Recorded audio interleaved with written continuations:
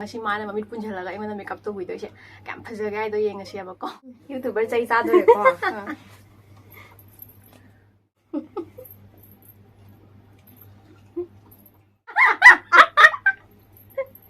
kain to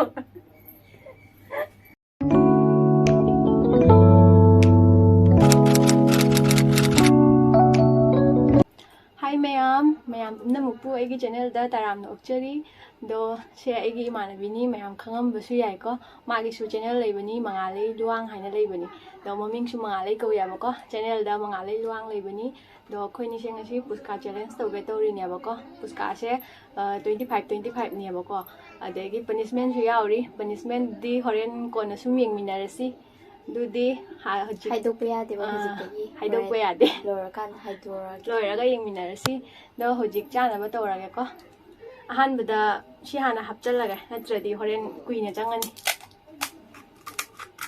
tapos di horen janghallasi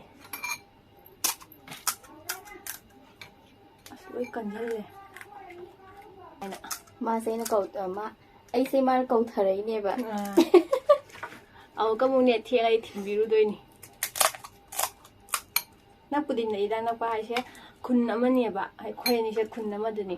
Do hai di kun tu kan lap na betul. Dua le.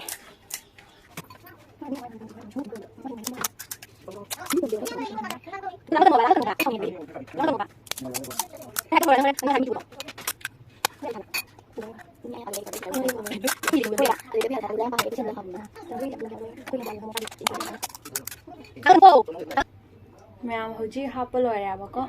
Dudi jana ba tawrage. Horasira. Horasi. Karana po do no khangdri. Apo bagi punishment nungai to ni. Tawrage. Ma'am si kalai le mahi do si kalai ko. Mahi se amam da khai do ya. Natradi nungai roi na.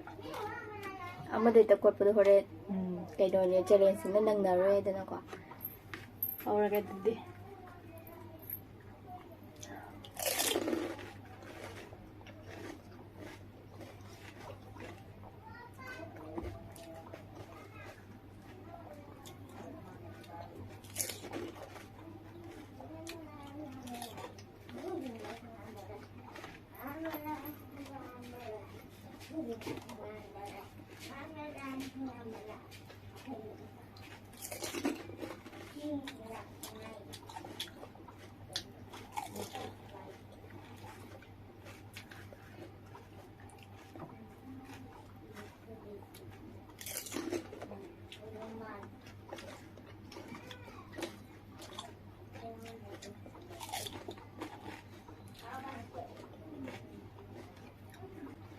Mahi em ngi áo thì phải xin mà khao ngoại.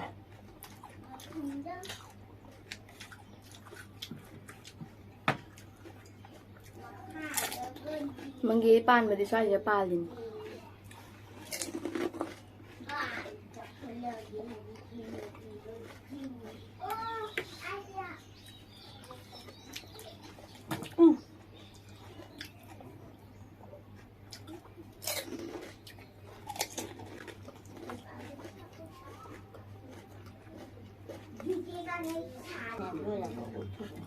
Mẹ thân đi thân lại bộ ôi trang ngầm mà rồi bạn tôi chơi đèn xin nó chặt thua kìa thua cái gì Ai bộ thằng gọi là sao bây giờ tôi đang đi cha làm gì nhỉ?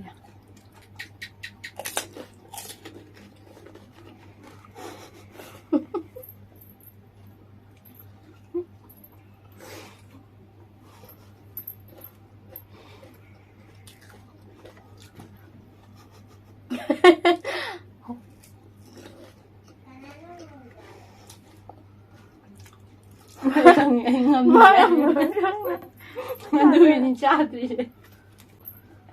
anh không nghe bà má nghe một tầng ngày được vậy hôm sau được bây giờ ngâm mà rồi đuôi hồi xưa anh ngâm đã sao gọi là bữa sau tôi ra không được hay đi hiện tại nó chặt thân mà sẽ ngâm gì vậy sao bữa sau ra không được Dudi punishment ay na pagtare mayang punishment ay minarasi punishment ay kayo ito no haibada mana nga minina ko aduna mana mamiche punchalaga ay mo na makeup to bito ini abako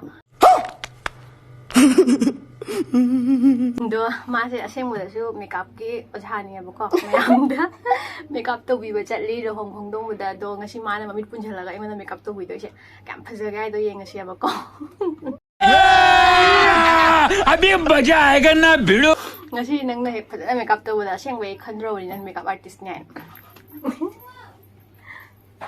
sa ꯑꯗꯨꯁꯨ ꯃꯤꯠ ꯄꯨꯟꯁꯤꯜꯂꯒ ꯌꯦꯡꯗꯣꯏꯕ mit punjalaga phajana tawbudo adu asengwei doini na ko ꯅꯪ ꯄꯨꯟꯒꯦ ꯍꯥꯏꯔꯣ pulo chana ꯅꯪꯉꯣꯟꯗ ꯄꯨꯟꯗꯣꯏꯔꯣ hoi ne won tawbidoindana nang na ngamini dana ꯑꯗꯨ ꯑꯣꯏꯇꯥꯔꯒꯗꯤ ꯑꯩꯉꯣꯟꯗ ꯄꯨꯜꯂꯒ ꯇꯧꯗꯣꯏ ꯅꯠꯇ꯭ꯔꯣ mani ne ko thore YouTuber ꯆꯩ ꯆꯥꯗꯣꯏꯔꯦꯀꯣ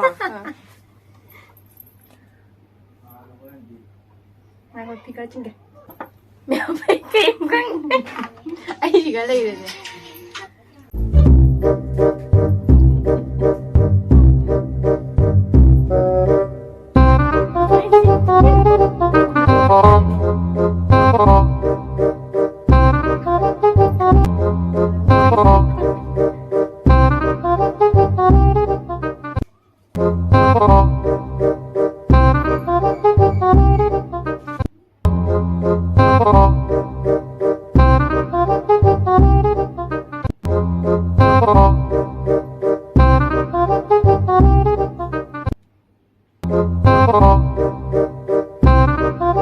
A few moments later.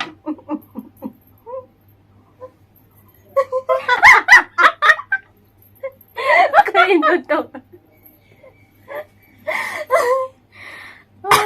ꯃꯌꯥꯝ ꯂꯣꯏꯔꯦ ꯃꯌꯥꯝ ꯐꯖꯗ꯭ꯔꯣ ꯌꯦꯡꯉꯣ ꯃꯦꯀꯞꯁꯦ ꯃꯥꯅ ꯇꯧꯕꯤꯔꯤꯅꯤ ꯃꯦꯀꯞ ꯑꯥꯔꯇꯤꯁꯅꯤ ꯃꯥ ꯌꯥꯝ ꯐꯖꯔꯝꯃꯦ ꯑꯩꯒꯤ ꯁꯛꯁꯦ ꯕ꯭ꯂꯥꯏꯟ ꯃꯦꯀꯞꯇ ꯐꯧ ꯐꯖꯃꯜꯂꯦ ꯑꯗꯨꯅꯦ ꯑꯩꯗꯣ ꯌꯥꯝ ꯐꯖꯔꯝꯃꯦ ꯑꯩ ꯁꯤꯗꯣꯔꯦ ꯅꯣꯛꯄꯗ ꯃꯃꯤꯠꯁꯦ ꯑꯅꯤ ꯄꯥꯟꯕ ꯃꯥꯜꯂꯦꯅꯦ ꯃꯥꯅꯅꯦ ꯑꯩꯉꯣꯟꯗ ꯑꯥꯏꯂꯥꯏꯅꯔ ꯍꯥꯟꯅ ꯆꯦꯜꯂꯦꯕꯀꯣ ꯑꯩꯁꯤꯗ ꯇꯩꯍꯧꯗ꯭ꯔꯦꯕ ꯍꯥꯏꯗꯤ ꯃꯦꯀꯞꯀꯤ ꯃꯔꯝꯗ ꯌꯥꯝ ꯑꯩ ꯀꯦꯗꯦꯗꯣ ꯑꯩ ꯈꯪꯗꯦꯕ ꯑꯗꯨꯒꯤ ꯃꯉꯣꯟꯗ ꯑꯥꯏꯂꯥꯏꯅꯔ ꯍꯥꯟꯅ ꯄꯤꯁꯟꯈ꯭ꯔꯦ ꯑꯗꯨꯗꯤ ꯃꯌꯥꯝ ꯐꯖꯈ꯭ꯔꯦ ꯌꯥꯝ ꯐꯖꯗ꯭ꯔꯦ ꯌꯦꯡꯉꯣꯗꯣ ꯂꯤꯞꯁꯇꯤꯛꯀ ꯌꯥꯝ ꯐꯖꯅ ꯇꯩꯔꯝꯃꯤꯌꯦ ꯃꯃꯤꯠ ꯎꯗꯅ ꯑꯇꯩꯗꯇꯅꯤ ꯁꯣꯏꯔꯤꯁꯦ